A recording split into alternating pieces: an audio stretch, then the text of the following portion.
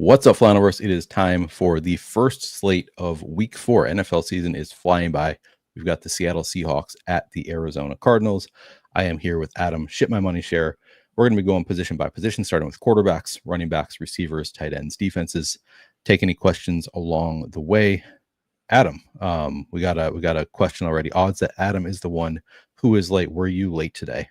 No, I was here 1 minute before I was supposed to be, and yeah, it was not me. It's true. It was me. It was me as usual. I think most of the time it is me. I was running late, getting a little bit under the weather today. Feeling better because I was able to fall back asleep in the middle of the night. But yeah, it's my fault. It's not Adam's fault. Any thoughts on Week 4? Have you looked closely at the slate? Any immediate things jumping out to you about this game? Haven't looked too closely at the week in general yet. I've done all the baseline stuff. For the game, I think it's actually a pretty interesting one because, especially for a one-game slate, I think there's a lot of different, if you're somebody that wants to like build different sets of lineups for different, potential ways the game can go, not talking necessarily game script, but just, I think there's a lot of fragility in some projection spots here. Obviously, you have James Conner out, so this is the first game you're seeing Benson as the lead back, which I assume, and I think everybody assumes that he is just going to be the guy, but obviously that's not set in stone, I guess. So, that's something that maybe the field could just have completely wrong. But I think kind of more interesting on the Seattle side, you have Charbonnet questionable, seems likely that he's going to play. You have Kenneth Walker on the short week. What exactly does the backfield look like for Seattle? We saw them splitting pretty aggressively in the first couple of weeks prior to Charbonnet's injury. Is this a game where Charbonnet is back to just like standing on the sideline watching Kenneth Walker, even though he's active, like we saw a lot of last season? Is it another true split? Is it a game where maybe they involve Helani a little bit more just because you do have Charbonnet coming back from injury? You have Walker on the short week who, has a lengthy injury history of his own. They've been cautious with him in general. Like, I think you can make a lot of kind of different cases or arguments for how the Seattle backfield looks. I also think, and obviously, talk about it more going through, but I think Seattle's rush rate this year in general is a lot misleading. So I think maybe they just throw more than people are expecting also. So I think there's a lot of different angles you could consider for this game. Yeah, it's always fun when you have a lot of angles like that. And it's not like super spread out, these offenses, which I kind of hate it when it's like, Chiefs or Bills sometimes, where it's just like, I don't know, it's like they're all going to run some of the routes and whoever scores a touchdown is what they want. And you kind of hate that. It's kind of nice in that we do have like sort of limited options here. But Yeah. we'll go position by position. One kind of exception to what you just said, but another kind of an angle where nobody really knows the answer is what's the impact of Zay Jones being out? Obviously not somebody that you think of at the top of your list of guys that you would want to play in DFS, but it's going to open stuff up for some combination of Greg Dortch, other tight ends behind McBride. There's something is going to look better than usual, at least in terms of opportunity. And, we don't really know what. Yeah, good point. Yeah, that's something that, we probably have some assumptions about where that usage is going to go. But yeah, it does kind of open things up in a way that could surprise us a little bit. And I opened up on expected fantasy points allowed page at Fantasy Points. I love this page, and this is the first week that we have it updated, which for me, as somebody who kind of struggles with like what are defenses' strengths and weaknesses, sometimes kind of like getting a read on it early in the season because it's also matchup dependent. It's good 3 weeks in, we can start to kind of see which defenses are going to fare better against running backs, receivers, where we might be able to exploit some defenses. So happy to have this page. We'll look at it throughout as we look at the positions. But let's start with quarterback. On the Seahawks side, we have Sam Darnold playing honestly better than I thought he would after his, just total disaster at the end of the season for the Vikings last year. Sam Darnold, 10,000 projected for 48% flex ownership, 7% captain ownership. Seems pretty reasonable. Having not run any sims or anything, those seem like reasonable numbers for his ownership projection. How much are you getting to of Sam Darnold? Yeah, I think they're pretty reasonable. I'm getting like 38, 39% at flex, which obviously that's fine. I am below the field at captain. I only have like 1 to 2% right now.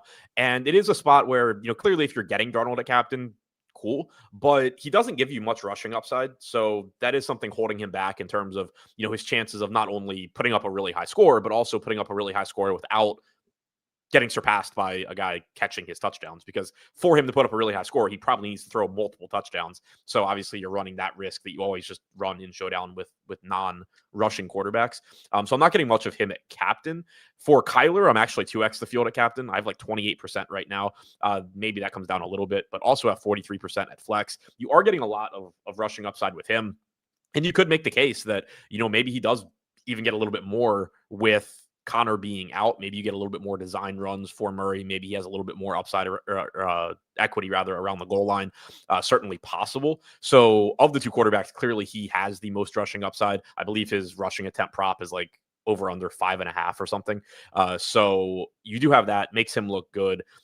He projects well for us. So I am getting over the field on him at captain, and then under the field at flex, but still plenty and in the aggregate over the field. I was looking at Kyler because I always write up like how would I stack them, and am I going to require pass catchers with this quarterback? So just looking kind of through his game, it's like he only actually rushes for like 35 yards per game, like throughout his career, including this year and last year. But then I look at his game logs last year. He had 3 different games where he rushed for 60 plus yards and a touchdown, and then another game where he rushed for 2 touchdowns. So it kind of seems like he's, we talk about like the hurry up offense running backs have games where like suddenly they're going to bunch up fantasy points because suddenly they're really involved. They pass the ball. Kind of seems like Kyler is that same way with his rushing, where it's like, yeah, his average rushing is not actually that strong, but then he'll have games where just like in bunches, he's running a lot, scoring a lot of fantasy points on the ground, which then to me, as far as the stacking goes, does make him more viable without any pass catchers. So I do think you can play him anywhere in your lineup without any pass catchers. Are you seeing that in any of your lineups, or are you usually stacking him up? I would assume mostly stacking him, but I think you can play him. Yeah, that's kind of what I'm thinking. Also, like most of the time, I'm almost any quarterback. Most of the time, I do want them stacked up if I have them in captain for the reasons that you already laid out. But he might be viable. Yeah, I mean, it looks like he's stacked somewhat everywhere in the lineups that I would be playing if the slate started right now. But some of those are pretty light, where it's like him, Benson, and a backup tight end or something like that. Sure. Not really the passing game. Got it. Okay. Interesting. All right. What other notes do we have on? Or just him, Benson by himself. In terms here's one with just him and the Cardinals kicker. Okay. So that would be unstacked. Looking at, just to give a little bit more context before we move on, pass rate. Oh, this is not what I meant to look at. I meant to look at pass rate over expectation. So let me pull that up. In terms of pass rate over expectation on the season, Cardinals are 4th overall in pass rate over expectation. The Seahawks are currently 30th, but you said you think that's a little bit misleading? Yeah. They obviously last week, that was just a complete non-competitive game. Defensive touchdown, punt return from Torrey Horton. Then you had a blocked punt, so they had the short field. So my expectation coming into this season was that you would see a higher rush rate from the Seahawks than you saw last year, somewhere in the like 43 to 46% range, whereas last year they were like 38%. But so far this year they're at 53%. But if you look at like just their first half rush rate, it's 45, 46%. If you look at their rush rate in neutral game scripts, it's 45, 46%. So I do think that expecting some regression there, some more passing for Darnold is likely. The pass prop for Darnold, last I looked on DraftKings at least, it's like 30.5, but it's pretty much even money to the over and then like minus 126 under. Have him projected right now for like 31.5 passing attempts. So like I do think that the Seahawks in general are going to throw more than they have to date. I still don't think they're going to be like, a super pass heavy offense or anything. But also all 3 games against the Cardinals this season, their opponent has had a positive pass rate over expectation. So we've seen teams throw against the Cardinals. Again, 3 weeks, like obviously different game scripts factor into everything. But we've seen teams throw against the Cardinals. Their opponent rush rate against the Cardinals so far this year is only like 30% or something insanely low. So I do think that the Seahawks maybe throw a little bit more than expected in this game. That being said, it's not necessarily leading me to like jam their passing game or anything. Like Darnold still doesn't project super high just because I'm a little bit higher on pass attempts than the market. But I do think that you see a little bit less of a rush heavy approach from the Seahawks long term. Okay. In terms of schedule adjusted fantasy points allowed, both kind of neutral Arizona, like right neutral in terms of schedule adjusted, I guess slightly above average matchup for quarterbacks against Arizona, and actually better in the pass than the run, which kind of suits Sam Darnold. So maybe a slightly above average matchup for Sam Darnold, but then a pretty tough matchup with Seattle, which kind of in line with what we know about the Seattle defense, just a tough one for Arizona here. All right, I think that's enough talk about the quarterbacks. Let's move on to talk about the running backs. Seattle, as you already said, Zach Charbonnet is questionable for this game. I think the expectation is that he plays because I think he was a full participant yesterday. So I'm sort of working under the assumption he plays. Are you working under that same assumption? And how much are you getting to of these running backs? Yeah, that's my assumption for right now. I think it sets up a really interesting spot, kind of alluded to it at the top of the show, but at only $5,400 on DraftKings, that's a horrible price tag if he has the same role that he had in weeks 1 and 2. But at the same time, it's way overpriced if he has the same role that he had all of or most of last year whenever Walker was healthy. So it's one of those spots where it's like it's pretty unlikely to be like the correct price, but don't really know which side of it is where how things will actually play out. He's projected for a ton of ownership right now, so I am getting to him. I have 24% at flex, which is like half of his projected ownership, but it's still a quarter of my lineups. I have 8% at captain, which is actually a little bit over the field. I think that makes some sense just because, again, like if he has that same role that he had week 1 and 2, then he's really underpriced and actually is a pretty interesting captain for that reason. Gives you really good plays elsewhere in your lineup. But then, at the same time, if half the field roughly is going to play him, you do have other good options on this slate as well. Like you have a relatively inexpensive Benson. You have some cheap receivers you can get to. So I think he's just like a really interesting spot in tournaments where I think it's kind of polarized. Like he's either a really good play or a really bad play, and we won't really know which one until we see the game. Yeah, definitely too cheap. Looking at your projected ownership, you also only got Kenneth Walker at 18% flex ownership, 2% captain ownership. To me, that would be pretty shocking if he comes in this low. I don't know if you're using these numbers. I'm assuming you're not using. You are using them in Run Your Sims. How do you feel about Walker? And are you assuming that he's going to come in higher than this? Yeah, so I was gonna say that's kind of the other thing impacting my Charbonnet exposure is that at the current ownership projections, which are actually pretty in line with what I'm seeing elsewhere too. Yeah. I'm getting more Walker. I have 32% of him at flex, only projected for 18%. I only have 2% at captain, but I do think that again you can kind of leverage against the field there. Where there are some ways this game can play out where both of them get there, especially with how cheap Charbonnet is. You get each of them scoring a touchdown. Walker, rushing for 80 yards or something. Like they can both get there, but more often than not, if Walker has a good enough game to pay off 10-4, then Charbonnet probably isn't the guy that you really want in a lot of cases. So I think you can pair them together, but you do still get kind of some leverage by going to a much lower owned Walker and just hoping that you get that game that we were getting last season where it's just Kenneth Walker as the clear lead back. We really don't know what they're going to do here on a short week where you have Charbonnet coming off injury as well. Yeah. Just pulling up the game logs here to look at it a little bit closer. So in week 1, we had Charbonnet played 58% of the snaps, Kenneth Walker 40%. In terms of expected fantasy points, we had Charbonnet at 10.5, Walker at 10.8. So not all that different in terms of expected fantasy points week 1. Week 2, Charbonnet played 54.7% of the snaps, Walker just 35.9. But it was, again, 13 carries for Walker to 15 for Charbonnet. Charbonnet just had an awesome role. Both of them just at 7.2 for Walker, 7.5 expected fantasy points for Charbonnet. So actually not awesome is an exaggeration. That he had a fine role. And then week 3, Charbonnet was out. So they really were, in terms of expected fantasy points, totally splitting the workload. The first couple of games, they were both games within 0.3 of each other in terms of expected fantasy points, in which case, if they go back to these roles, Walker definitely a little bit too cheap. You also kind of wonder if, because it's a Thursday game, maybe they're a little bit more likely to lean on Charbonnet. It really is. It's one of those spots. It's like none of us really know going in. One of those that's going to be We'll have to think about how we want to play it. It's one of those spots where, like, if you got on Twitter or came to me and like you were super confident in your take on what the Seahawks are going to do in terms of allocating rushing, no matter what you said, I can make a strong counter argument for like why you shouldn't be that confident in it. Whether it's that Charbonnet's the guy, Walker's the guy, they split down the middle.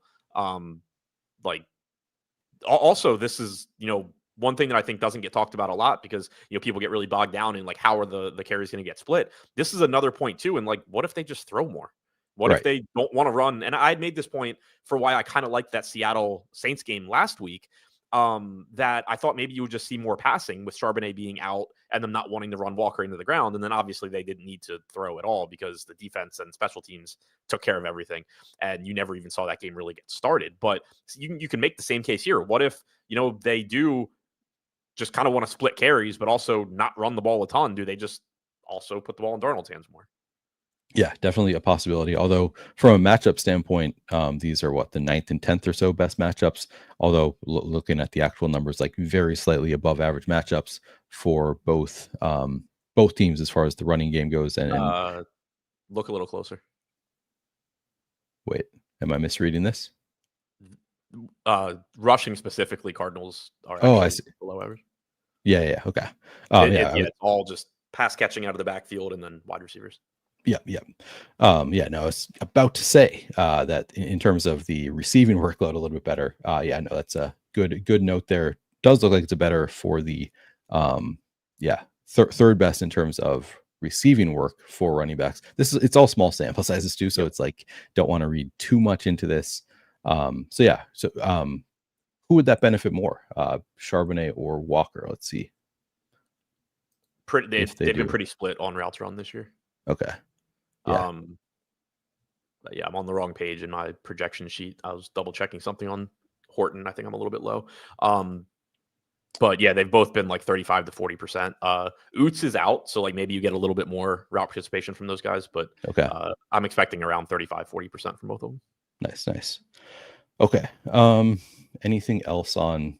Yeah, I was kind of surprised. I saw your numbers 18% and 2% for Walker. I thought for sure I'd go to Roto-Grinders and see a totally different number. They actually have lower in terms of the projected ownership in the flex, and a little bit higher in captain. Yeah, I assume if these numbers hold, I would be with you definitely over the field on Walker. Just make that bet. He's also a talented enough running back that like even if he doesn't see more opportunities than we're expecting, he can just break off a long run and crush anyway. So seems like a very strong play. I assume we're not going to any George Holani. I don't think I got any. No, I didn't. Okay. Yeah, I mean, he's 2,400 too. Like, he's somebody that I think maybe actually gets on the field for the same reasons that we already mentioned. Like, what if they just want to siphon a couple of touches away from Walker Charbonnet for various reasons? But at 2,400, I don't know, like, barring injury to two different running backs, like how he gets there. If I wanted to make the Holani play, I would just do it with $200 Bam Knight. Yeah, I think no need to go to Holani. On the Arizona side, we have Trey Benson is 8,800. Emari DeMercado is 3,800. This is all going to depend on like how do you think the backfield splits out? I know you have opinions on it. We talked about it a little bit before the show, but Trey Benson 8,800 projected for 40% flex ownership, 18% captain ownership, and then Emari DeMercado 3,800 projected for 11% flex, 0% captain ownership with James Conner out for the season. How much are you playing of Benson and or DeMercado?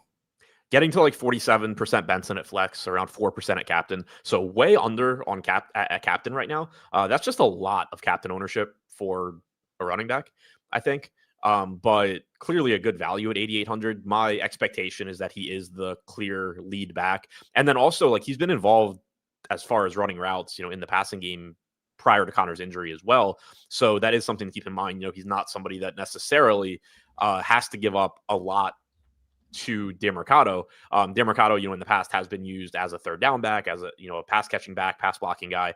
And I expect that he will kind of step up and have some sort of third down role here, but I don't think it is or needs to be every third down or every 2-minute drill or anything like that, taking Benson off the field. So I think that is something important to keep in mind. So I do expect the bulk of the rushing workload to go to Benson. And then the bulk of the receiving workload as well to go to Benson with DeMercado, playing second fiddle.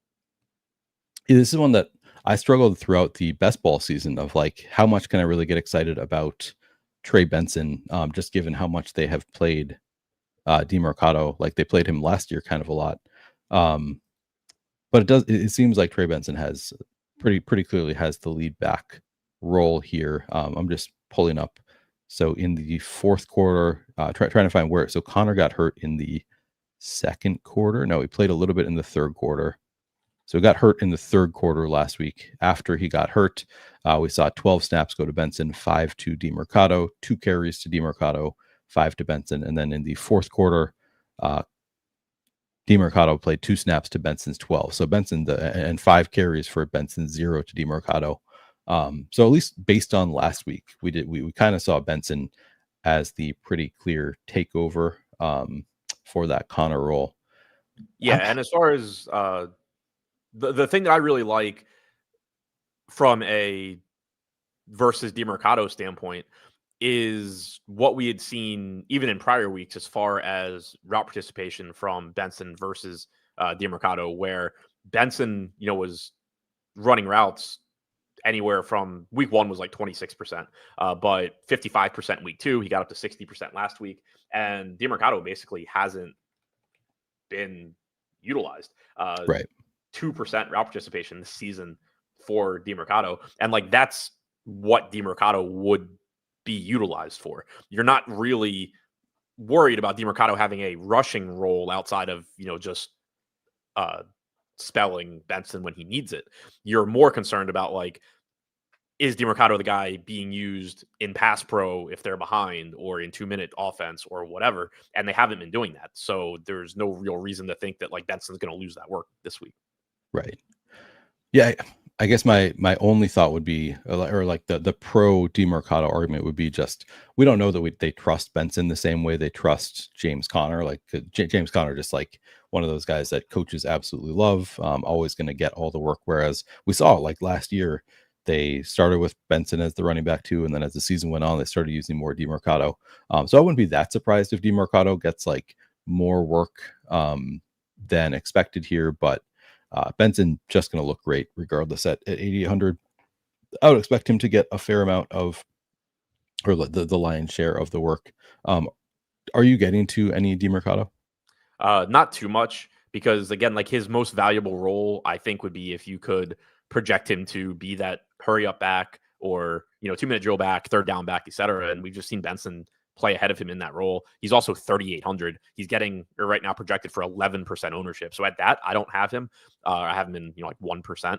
I think that if that ownership number were to come down, then like, yeah, maybe you mix him in a little bit more, because like you said, there's still the path of like, I could just be completely wrong in my assumptions. Like that is absolutely possible. This is not an assumption that I'm particularly not confident in. I think there's a lot of assumptions that are being made in this game that I am not super confident in. I am relatively confident in just Benson being the guy. But again, like I can easily be wrong. But the problem is like, 1, DeMercado is not free. And 2, he's not unowned. So like, even if I am wrong, like, yeah, you would want to play DeMercado at 3,800 if he's actually just like in a 50-50 timeshare with Benson. Obviously, you would want him, but I don't think the chances of that are that high. And the reward for that happening isn't that high when he's getting 10 to 15% ownership.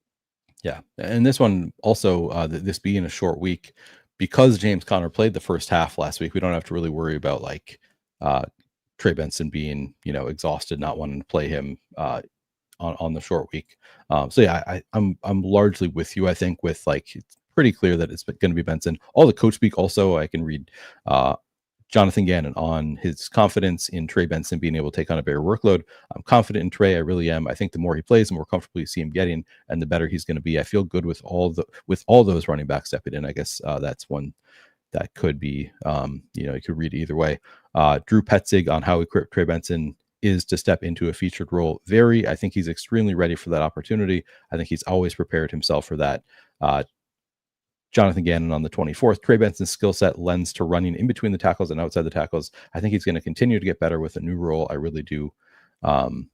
The identity of the running game doesn't change. Okay. Yeah. So I think generally I'm with you that it's probably going to be Benson, but I think because it is, a less of an established running back, there might be a little bit more opportunity for DeMercado. But then the fact that DraftKings set him at 3,800 and he's getting ownership, it's not like a priority spot for me. Are you getting to any Bam Knight? 1%. Okay. Yeah, I mean the case for Bam Knight, I think is like if you had to make a case for him, I think you're envisioning either one, an injury, obviously, like that's I guess the easiest way, but maybe some sort of really ugly split where like rushing downs are primarily Benson and Knight, and then DeMercado's the third down back. Again, like I don't think this is likely, but like that's probably what it looks like. That's what that or just like getting a random goal line touchdown are the I think two most likely paths barring injury for Bam Knight. He's 200. He's not going to be owned. One thing to keep in mind, though, whenever you get a player like Bam Knight, he's not going to be popular, but there's only so many lineups where he makes any sense at all. So those lineups do have a tendency to still be pretty heavily duped, like a lot more so than you would expect when you play a sub 1% or 1% owned guy. Yeah. Good note. Dan Brown pointed out the current running back leaders in missed tackles forced per touch. Trey Benson is fourth. I'm actually just showing it though because Jordan Mason, my guy, is second. So love to see Jordan Mason second in the NFL in missed tackles forced per touch. That's in Dirty O says Trey Benson had 20 carries just once in college. I don't know. I think it sounds like the coaches are planning on using that. He doesn't strike me as the type of running back where I'd be super concerned that like his body can't hold up over a bigger workload. So not too concerned about it. Yeah, the dude's not small. Yeah. And similar to what we noted before with the Arizona defense being better for pass catching backs, same thing with Seattle. It's very neutral in terms of schedule adjusted fantasy points allowed on the ground, but then it's better for running backs scoring fantasy points through the air. So something worth noting there. All right, let's move on to receivers. JSN just getting all the work this year, 29 targets already on the season, which I guess doesn't seem that crazy, under 10 per game, but pretty high number there. He is 11,000 projected for 37% flex ownership, 25% captain ownership. How much are you getting to of JSN? Wasn't getting as much as I expected. 27% at flex, 27% at captain. So I guess pretty close to the field, but in general, I've had a lot of JSN this year. He looks great. And then also if you buy in at all to any of the stuff about that I was saying about potentially, Seattle throwing a little bit more, obviously that benefits him as well. He really doesn't have target competition. You have Cooper Kupp, but you're just getting JSN absolutely dominating targets. We saw extremely good efficiency, as last year went on, and then somewhat of an uptick in targets per route run. And then this year you're just seeing him get peppered. So 29 targets for him, 0.43 targets per route run through 3 games for JSN. Obviously you expect that to come down somewhat because that is a really hard number to maintain, but also like, where are those really going? Cooper Kupp is already at 0.23 targets per route run. So it's not like maybe that comes up a little bit, but it's not like, Kupp is at some crazy low number that has to come up. Horton's at 0.17. Maybe Barner comes up a little bit. He's at 0.1. He was higher than that last year. But like JSN this is kind of like Rams-esque, where the Rams are on their own like planet with how often they target their top 2 receivers versus everybody else. But Seattle is kind of similar in that when you look at the options here, there's nowhere that you're clearly like reassigning JSN's current target share to go. There's nobody you're looking at saying like, oh, well, that obviously has to come up over a larger sample. Like it's just the JSN show followed by Kupp, followed by everybody else. Yeah, that's a good note. I pointed out that he only has 29 targets on the year, which was lower than I expected. But then that's just because they're not throwing that much on the season. He actually leads the NFL in target share at 37.7%, beating out Puka Nacua on that front. Cooper Kupp number 2, 18.2% target share, and then down to Torrey Horton at 10.4%. JSN probably just going to maintain an alpha workload here. Wish I drafted more of him. Go ahead. The same thing that you mentioned with Zay the other day still applies to JSN here. And like he's Yeah. run 67 routes this season. And so again, like obviously just you expect that number to get lower, Yeah. but you're expecting that number to come down to like, 0.35 or something instead of 0.43. So it's still likely to stay very, very high. Yeah. Yeah, looks great. Sorry, did you say how much you're getting to of JSN? Pretty much around 27% in both flex and captain. Okay. Again, I'm kind of surprised I'm not getting more just because I do have Seattle projected to throw a little bit more than market. And JSN projected really well. I think maybe it's because I'm slightly high on Kyler too, because of how much he's been running and having a lot of rushing touchdown equity here. But I really like JSN. I just kind of thought I'd be getting a little bit more, but still getting around the field. Yeah. And you see, yeah, the route participation seems low, but that's again, they were in a complete blowout in week 3. So that came down in a game where, otherwise probably just continues about where it was. After JSN, we have Cooper Kupp is 7,000 projected for 22% flex ownership, 2% captain ownership. How much are you getting to of Cooper Kupp? I'm getting over the field there. And on the one hand, like I don't really want to be because I've never been a big Cooper Kupp fan. And now I feel like finally, like Cooper Kupp isn't a cheat code in DFS. And now I guess is when I decided to start playing him. But at the same time, like at the current ownership projections, I do think he makes sense. 22% at flex at only 7K, 2% at captain. I have 10% at captain, 32 at flex. It's not like a Cooper Kupp over JSN endorsement or anything like that. Obviously, that would be insane, but it's a 1-game sample. And everything that we just said about JSN and not really having anywhere for those targets to go, it does still apply to Cooper Kupp. Like behind Cooper Kupp, like, yeah, Torrey Horton is solid. He's fine. But behind Cooper Kupp, there's nobody that you're expecting to like see this big uptick in target share. And yes, it's only 14 targets at 62 total routes. Kupp is at 0.23 targets per route run. He's still earning targets, not to the extent that he was in a Sean McVay offense, but he's still earning targets at a high rate. He's only 7K. He's not getting that much ownership. I do think there's a good chance the Seahawks throw at least a little bit more than they have through their first 3 games of the season. So it does make sense to me to be getting the Cooper Kupp here, even though it feels absolutely disgusting and I don't really want to. Yeah, I mean, the price tag seems high, but then that brings the ownership way down, and then it's just relative to the ownership does seem like a pretty strong play. And RG has some similar 20% projected ownership in the flex. Are you getting like way over the field there, or just a little bit? A little bit. He's projected for 22% at flex right now. So, I mean, I guess it depends how you want to define it. Sure. 22%. He's projected 22% at flex. I have 32%. He's projected 2 at captain. I have 10. So like I'm 5x at captain right now, but also still only at 10%. It's not like I have Cooper Kupp captain everywhere. I might have to look at the splits by quarter for Torrey Horton again, because I'm just realizing that because that game was such a blowout, I don't know if they were using him more or less in the fourth quarter. Like, did he benefit from the blowout or not? The route participation for Torrey Horton goes from 64% in week 1, 48.6% in week 2, back up to 61.9% in week 3. But again, I'm not sure if he like benefited or was taken out because of the blowout. So I'll take a look at that in a second. But he's 58. I haven't looked at it specifically, but I did have that game on sort of in the background. Like I was listening to the game basically. Horton produced like in actual time. Okay, nice. All right, I'll pull up the like actual numbers for by quarter there.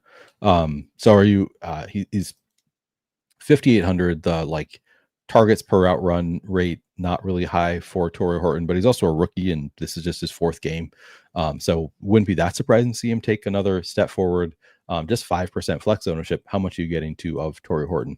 I have 5% right now. That might go up a little bit because I sort of mentioned it when you were talking and I didn't have something pulled up. I do think I was just kind of going back looking at priors on Torrey Horton because like for a later round pick, 3rd wide receiver as a rookie, it's kind of there's a lot of volatility, between priors and what is actually happening. So I wanted to just kind of see where we had him, and might be a little bit low, but not. It wasn't anything too crazy. Like the new projection on him, I think moved by like a couple tenths of a point, maybe.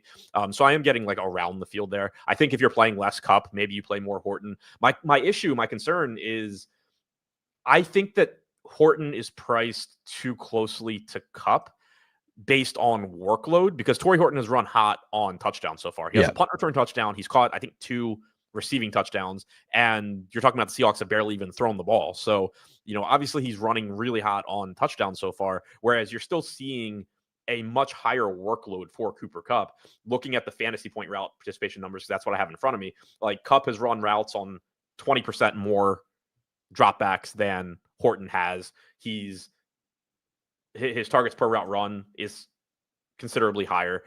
So I think that gap is a little too close in pricing. That being said, though, you do have that ownership gap too, where, like, whenever we talk about regression, you have to keep in mind, like, yeah, Torrey Horton has run hot on touchdowns through 3 weeks. It's going to regress. That doesn't mean it regresses this week. He can run hot for a 4th week, and he's 5% owned. So, like, I think that he's a fine play, and I'm around that 5% number. But I also just think that from a projection standpoint, a median outcome standpoint, there should be a little bit bigger gap between him and Cooper Kupp.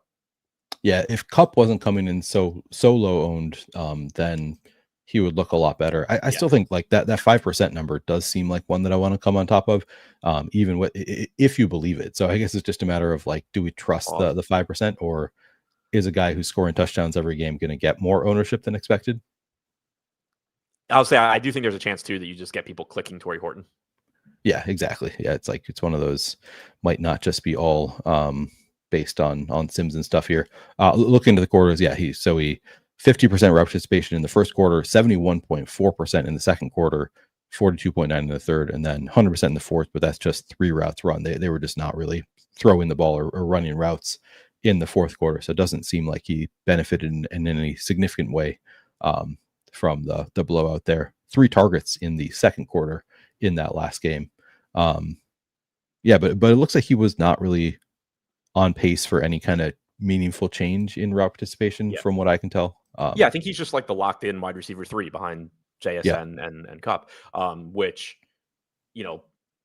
really through the first 3 weeks is a very invaluable role given how little Seattle has had to throw. And he's outproduced it because of touchdowns. But that role, while the touchdowns do come down going forward, most likely on, like a per target basis, the role should expand just from the Seahawks probably throwing more than they have to date. Yeah, and they really don't have anybody in terms of, like, people that are running routes beyond those 3. Are you getting to any of Derek Young?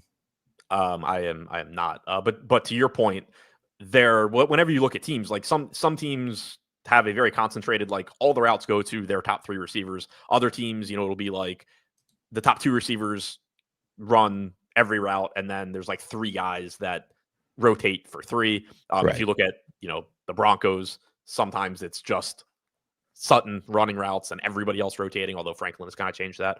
The Seahawks are one of those teams where they have 3 wide receivers. They play 3 wide receivers, and the other guys don't really get on the field very much. Yeah. So to clarify your stance, you want to come on Torrey Horton? Is that what I said? I stand by it. I'm not gonna change my statement. That's funny. All right. Listen, guys, didn't sleep that well. I will phrase things. Whatever. We're gonna move on. Arizona Cardinals. Something else in chat too, because I wasn't actually trying to be a dick, but I didn't feel like typing the full answer. Fantasy Football Garage said, "Have we mentioned Seattle hasn't given up a rushing touchdown?" And I said no, because it doesn't matter. The reason it doesn't matter is, one, like, the way you score touchdowns is going to be really noisy anyway across 3 games or whatever. But, like, with Seattle specifically, you can very easily see, like, where that noise would come from, where, you have the game last week that, like, really does not even count as a game. And so now you're down to a 2-game sample, basically. Week 2 wasn't a competitive game either by the end. It was like 41. They won by, like 20 or something. Week 1, it was just a low scoring. I think San Francisco scored 2 touchdowns against them. So, like, it's a number that even over the course of a year, like year to year, is going to be noisy. But in this case, like, Seattle has just been in such non-competitive games mostly, or low scoring game. Like, their only close game was low scoring. So it's not something that, I would pay too much attention to. There's just been limited opportunities. Adam, how much did you get to of Trey Benson in best ball? I think I had a decent amount. Okay. I did not. And it was, I started to, like, late August. I started to finally draft him. I was like, the coach week to me was really concerning because they had gone from like, yeah, we have 2 starting running backs to like Trey Benson needs to earn his role essentially at some point. But then starting in like mid-August, they like sat Trey Benson for preseason games and they were saying things like, yeah, we know what we have in him. We trust him, whatever. So at that point I started drafting him. Wish I had a lot more because he looks like a league winner right now. Yeah. I have 13% on DraftKings, I was drafting there earlier than Underdog. I have 9% on Underdog. Okay. Not bad. Not bad. And I think most importantly, I don't really have James Conner anywhere. Yeah. I also like, he was the one of like that class of running backs that I guess I'm still under the field. So I can't really complain too much about my James Conner. I was kind of, one of my bigger stances was I want to be underweight on all of the running backs from that draft class, like him and Kamara and Christian McCaffrey, which is looking pretty bad right now. But there's a lot of them in that draft class that I was a little bit underweight on, which currently feeling okay about it. I'm under on Kamara. I'm under on Connor. I think I'm even or over on McCaffrey. I started taking him 101 towards the end. Oh, damn. Okay. Yeah. I currently not feeling good about it, but with McCaffrey, I don't know. I'm also not that worried about it just yet because you just know that he gets hurt pretty regularly. All right. Wide receivers, we have Marvin Harrison, Michael Wilson, Greg Dortch, Zay Jones out for this one with a concussion. So it's a little bit of an open question how the wide receiver room is going to shake out without Zay Jones. But we can start at the top. Marvin Harrison, 7,800 projected for 30% flex, 5% captain. How much are you getting to of Marvin Harrison? Yeah, not really taking much of a stand there. 30% captain, 5% or 5% captain, 30% flex ownership projections. I have 5% captain, 34% flex. Still not really producing at the level that you would like Marvin Harrison to produce. I was going to say something and I forgot.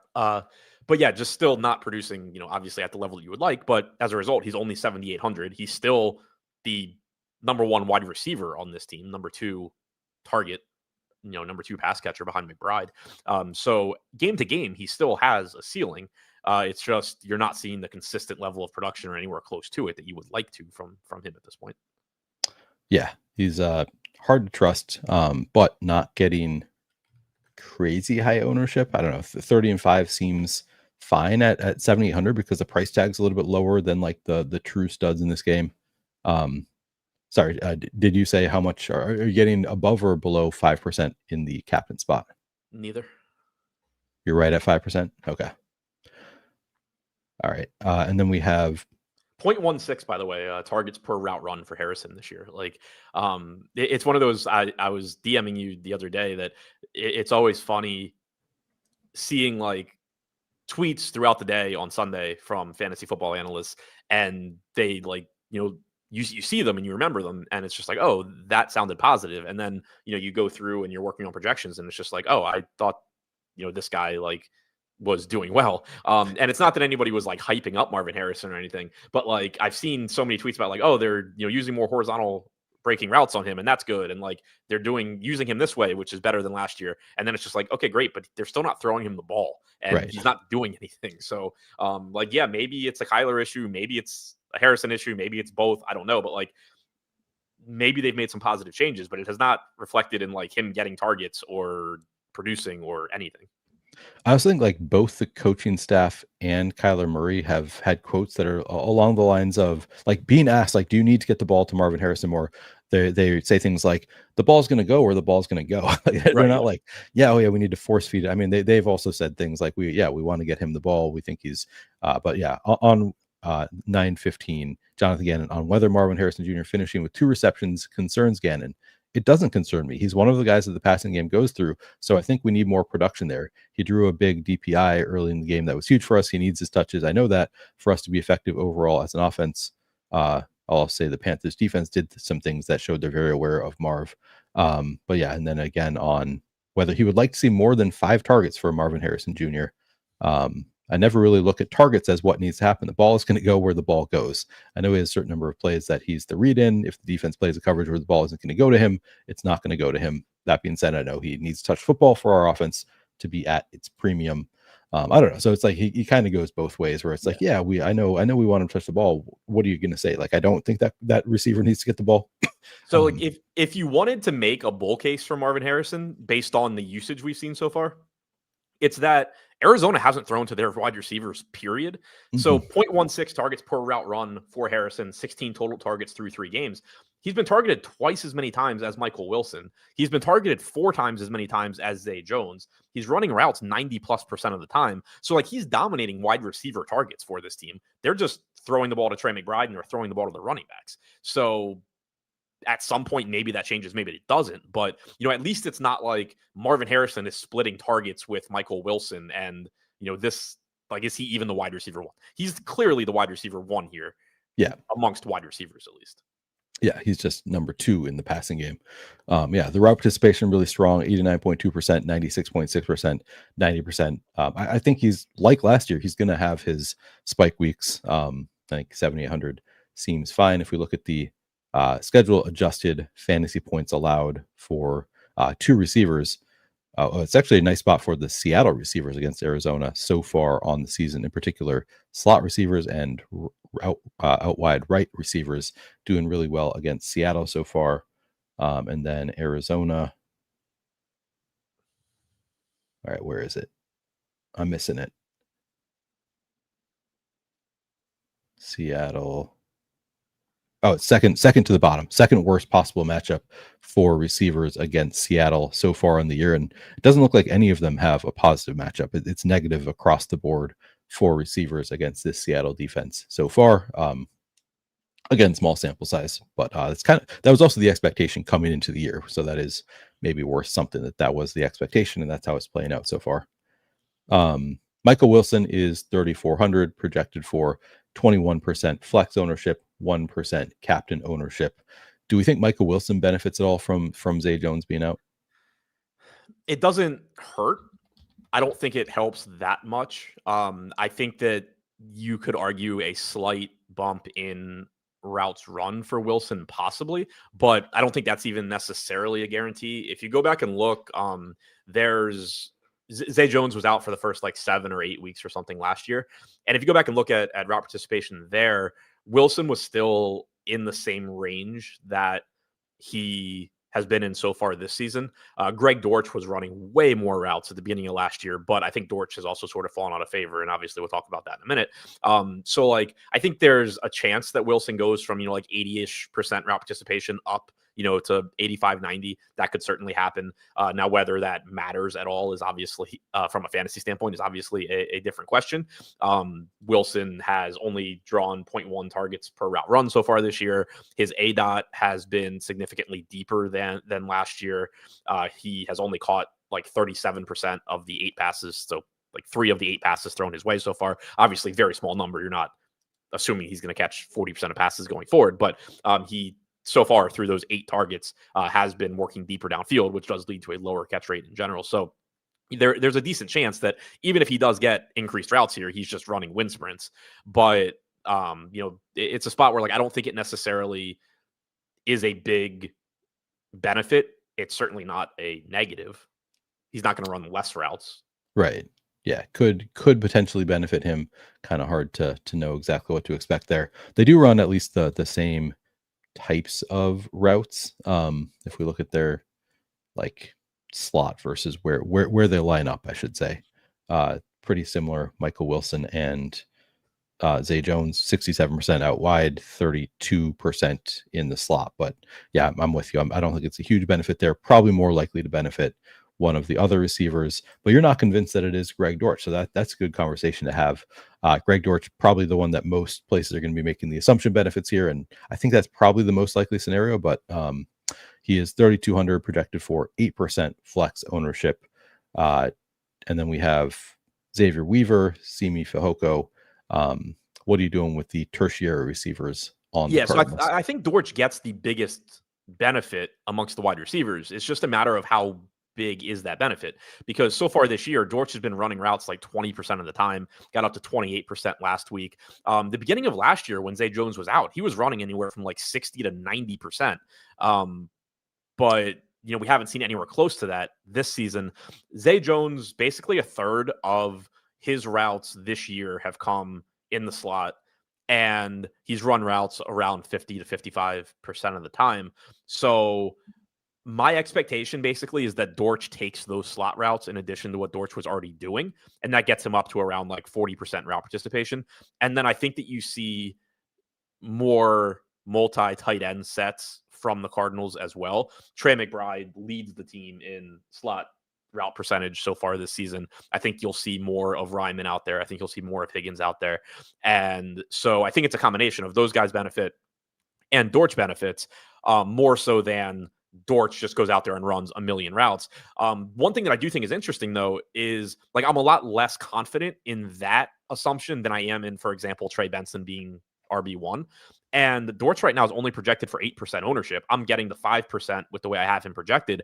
That's a spot where, not saying I personally am going to do it, but like you could just look at that and say like, all right, I'm not really that confident. Let's just play it as if I'm wrong. And Greg Dortch runs 65% routes and is a great play at sub 10% ownership and 3,200. Like that is a way I think you could approach it. But again, my assumption is that you see more of Dortch, but not like, 60+% or anything. And then that you also see more multi-tight end sets with Ryman and Higgins getting on the field more. What I'm trying to look at is like, do we think we can expect Dortch to get back to where he was at the start of last year, with the exception of week 4 when McBride was also out? So he was running 63.2, 42.3, 76%.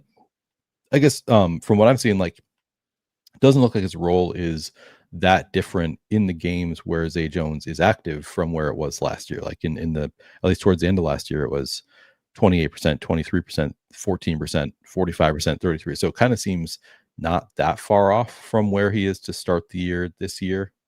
So I'm wondering if, like, with Zay Jones out, like, is it kind of the same rotation potentially as last year, based on what we're looking at here? Yeah, it could be. That's not my assumption, but Okay. it could be. And that's sort of what I'm saying is like, I'm not super confident in my assumption. So at 8% ownership, it does become interesting to me to just say like, all right, I'm kind of flipping coins here on what they do. It Right. certainly could be 60+% Greg Dortch, in which case, if you know that's the case, like you would want a lot at 8% owned. I think Right. I think you can make a case for just kind of saying like doing the opposite of the field, because unless, you have, a lot more conviction in this than I do. Because I kind of think I think there's a good chance that Dortch plays more than he has been, but that you also see more of the other tight ends. Right. And Yeah. that's the stance that I'm taking right now, is getting to those cheap tight ends. But also, so the thing that I guess is really interesting to me right now, at least with the way ownership is projected, and maybe it's either wrong or it changes between now and lock, some combination of sub 10% Greg Dortch and sub 5% Ryman / Higgins is really, really appealing here. Which one it is or what it is, like, obviously is up in the air, but I think somewhere in there is kind of the answer to how are you different while maintaining upside on this slate. Okay. Yeah. So you're going to be playing some combo of the low owned tertiary pieces on this offense. The other thing that kind of complicated is just like even asking the question, like, could Dortch's role just be the same as it was when Zay Jones is out last year? It's like, what even was his role with Zay Jones out last year? He had, games with 42% rep participation and games with 76%. It was kind of all over the place, even last year with Zay Jones out. But yeah, I think at 8% ownership, definitely a number, definitely a player that I would be on. Are you taking any shots on Xavier Weaver and Simi Fehoko, playing it like, what if they are the guy who benefits the most and they're only 200? I'm not. I mean, they're guys that obviously, if you're playing a bunch of lineups and you want to throw them in, fine. I didn't get to them, but certainly like they're guys that could pick up some of the non-slot routes, in particular. Yep. Yeah, Fehoko looks like he has not actually run a route yet on the season, and Xavier Weaver maybe has been inactive. I guess we'll take a look at inactives later. Maybe one of them pops up. By the way, I will be going live again about 85 minutes prior to lock after we get inactives with a little bit more information. So come back for the night breakdown By the way, please do like the video. I forgot to say this video. Please do like the video and subscribe to the channel if you're not already subscribed. I'm trying to get to 6,000 subscribers by the end of the NFL season. And also, if you want to check out Run the Sims, which I show on my my evening show, I make my lineups with Run the Sims on that show. If you're interested in checking it out, you can use promo code Neil to get 10% off your first payment on any of their products. I am, of course, using the Sim Runner Pro product. So check that out if you're interested in Run the Sims. All right. Let's move on to tight ends because tight ends pretty interesting on this slate. We'll start with the Seahawks side. We've got AJ Barner at 2,800, the rookie Elijah Arroyo at 800, and then of course I don't know if you're playing any of Eric Saubert, Brady Russell, or Nick Callerup, but at least Barner and Arroyo pretty interesting on this slate. How much are you getting to of those two? Not too much because they're not on the Cardinals. But I have 13% Barner. I have 4% Arroyo. I would, ideally like to have a bit more than that. I think $800 is certainly too cheap for his upside, for his potential role here. We talked about it a lot with the Seahawks passing game that there's not a lot there behind, JSN, Cup, and to some extent Horton. And even Horton, not drawing a ton of targets. So there are targets available there. Like AJ Barner this year, 0.1 targets per route run. Last year, he was at like 0.17 for the season. Even in games that he played with JSN and Metcalf, he was at like 0.2. So there is some room for Barner's role to increase as you get a larger sample size and you get games where the Seahawks are actually throwing the ball. There is room for that. Arroyo, we know is a capable pass catcher. You've seen decent route participation from him so far, like 38%, give or take, in 2 of the 3 weeks, 50% in week 2.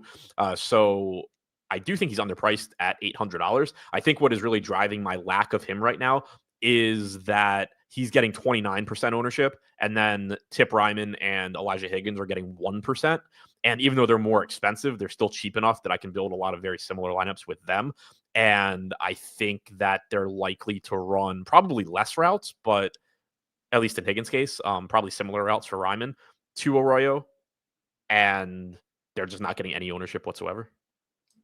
Yeah, kind of interesting to see how much ownership Arroyo is getting. I was excited about him coming into the year, but he just has not taken on much of a role. I guess he's only 800, so he has that going for him. I think he's a pretty strong play, but not like a huge priority.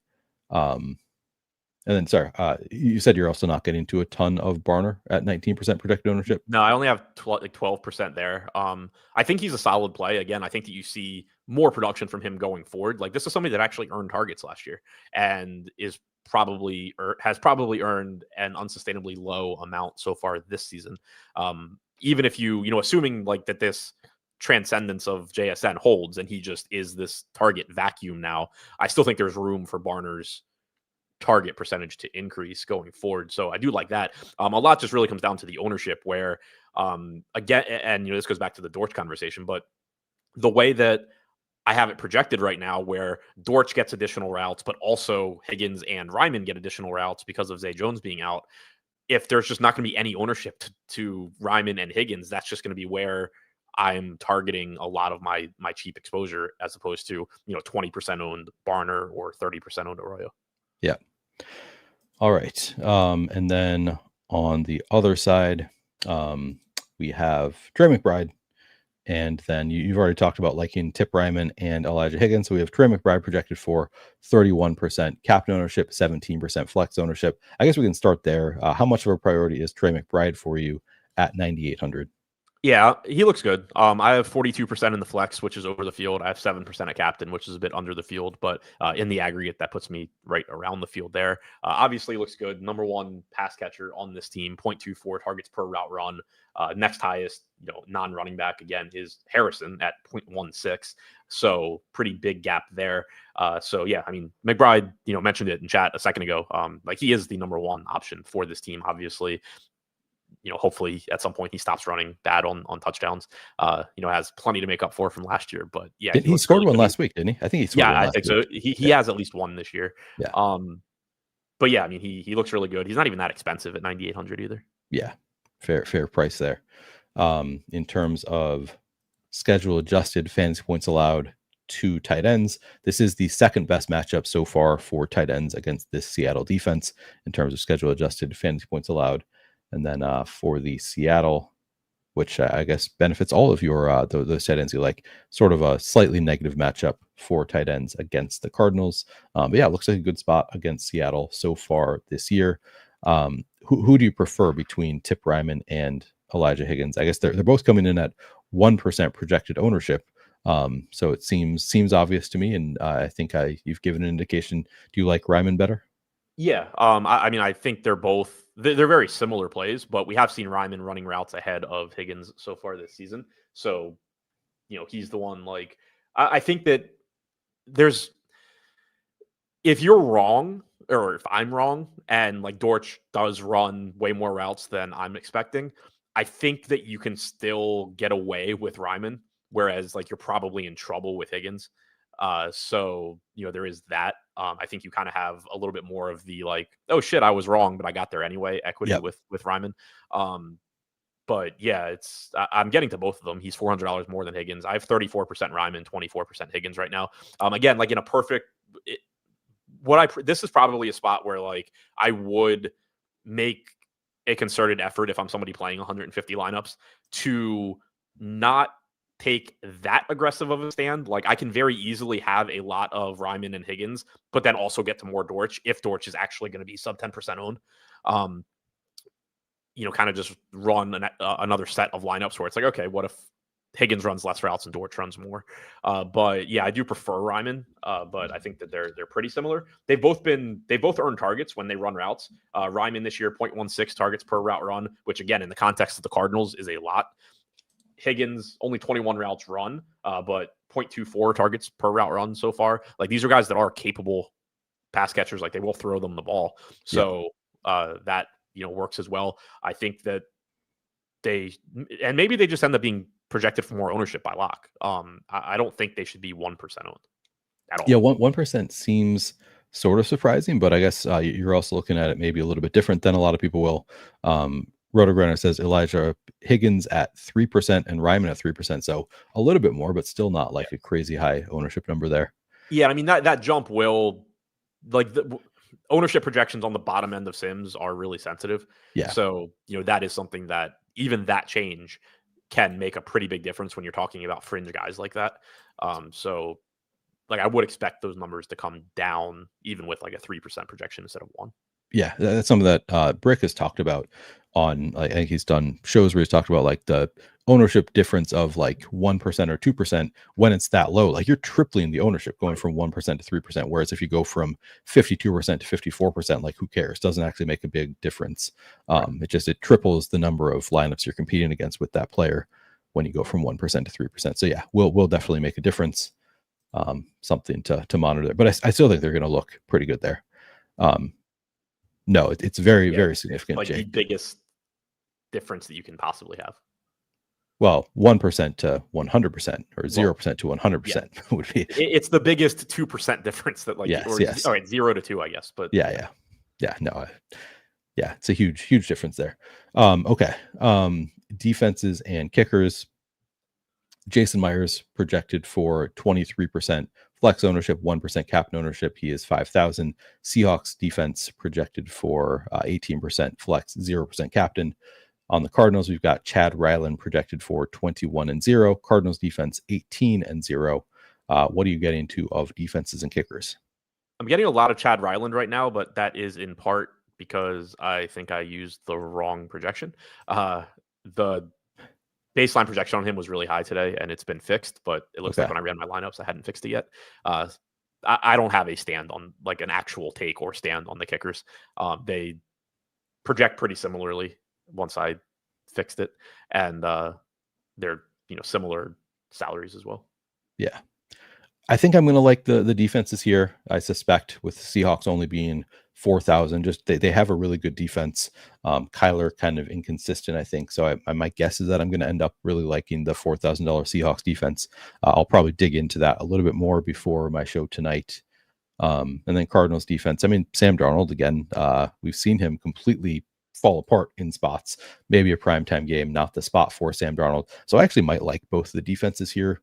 a fair bit, but that's something I'm going to have to dig into a little bit more before tonight. Do you have any stands on the defenses? No, I have 10 to 12% of both. I have 3% Cardinals at captain. I don't have any Seahawks at captain, but I'm with you as far as like, this is one of those weird spots where like both these offenses have enough talent and are good enough where you're not super excited to take a defense against them. But then you kind of think about the quarterbacks and it's like, yeah, I've seen Kyler Murray fuck up a lot. And I've seen Sam Darnold look really bad at times.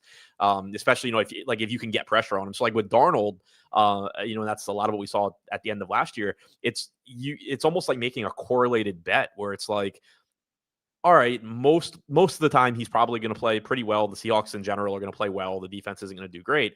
But if they're able to get pressure on him, not only am I just like, if I knew for a fact that they're going to get pressure on him, not only am I increasing my sack projection, but I'm also really increasing the projection that Sam Darnold just starts seeing ghosts and running around and throwing the ball all over the place and fumbling and just doing insane shit and giving up a ton of fantasy points. So both of these quarterbacks absolutely have that, like, oh my God, that's the worst game I've ever watched, like, quality to them. Exactly. Yeah. It's not like it's not like this is Bills Ravens where it's like, right. Yeah, don't love playing the defenses here and I'll just stay away from it. Here it's like there's pretty wide range of outcomes. Both of these quarterbacks can look awesome sometimes, and then other times completely fall apart. So yeah, I think I'm gonna like the defenses here. All right. Any other? I think I like to see the Cardinals a little bit more too, just because like Kyler at least has the mobility as like an escape hatch where it's like he'll make some bad decisions, but he also can just kind of escape and his legs can bail him out sometimes. Whereas like Darnold, if you get pressure on him, there's not much he's doing other than really dumb shit with the football. Yeah, true. All right. Well, that is the full slate breakdown. Adam, any other thoughts? Anything people need to look out for? No. All right. I will be back tonight, by the way. Again, please do like the video and subscribe to the channel if you have not already done so, and use promo code Neil when you sign up at Run the Sims. Thanks, guys. I'll be back tonight to break down the slate once again. And I will be doing a giveaway, by the way. I'll be doing a giveaway of memberships to the channel, and then I'll be doing a hat giveaway to members of the channel probably tomorrow. So tonight if you join me for the live stream tonight, I'll be doing a giveaway, giving away some memberships to the channel, and then I'll give away some hats to some of the members of the channel tomorrow. All right. Thanks, guys. I'll catch you later.